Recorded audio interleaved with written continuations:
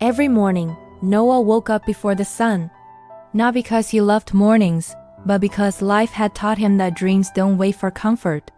His alarm rang at 4:45 a.m., and for a few seconds he lay still, staring at the cracked ceiling of his small room. That ceiling had seen his exhaustion, his prayers, and the tears he never allowed anyone else to see. The world thought Noah was ordinary.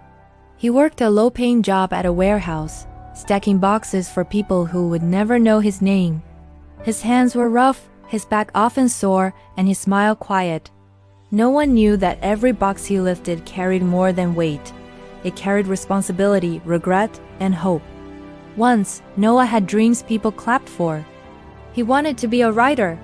He believed words could heal wounds the world ignored.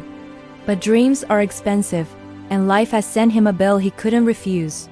His father passed away suddenly, leaving behind debts, a fragile mother, and a younger sister who still believed her brother could do anything. So Noah chose survival over applause.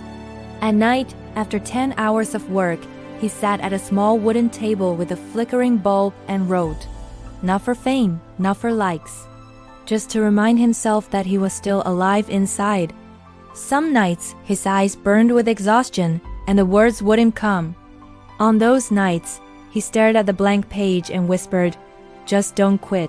There were moments he almost did. Like the day he received a rejection email from a publisher, his 12th one. He closed his laptop and laughed softly, the kind of laugh that hides pain. Outside, the city moved fast, celebrating people who had already made it. Noah felt invisible. What if I'm wasting my life? He asked himself. But the next morning he still woke up at 4:45. Years passed quietly, no celebrations, no sudden miracles. Just consistency, just showing up. His sister graduated, his mother smiled more, and slowly the debts disappeared. Noah never told them how heavy it had been. He believed strength didn't need witnesses. One evening, a stranger messaged him online. "I read your short story," the message said. "It felt like you wrote my life.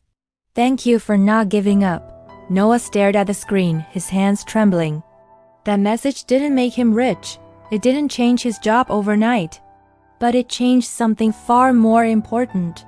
It reminded him that impact doesn't always arrive loudly. Months later, one of his stories went viral, not because it was perfect, but because it was honest. People felt seen in his words. Publishers who once ignored him now wanted meetings. But the real victory wasn't success. The real victory was that Noah never abandoned himself. Standing on a small stage at a local event, he spoke softly into the microphone. "I wasn't strong every day. I was just stubborn enough to keep going." The audience applauded, but Noah thought about the quiet mornings, the lonely nights, and the ceiling that watched him grow. Somewhere out there, someone was waking up tired, doubting their worth, questioning their journey. And if Noah could speak to them, he would say this: "You don't need to be fast. You don't need to be perfect.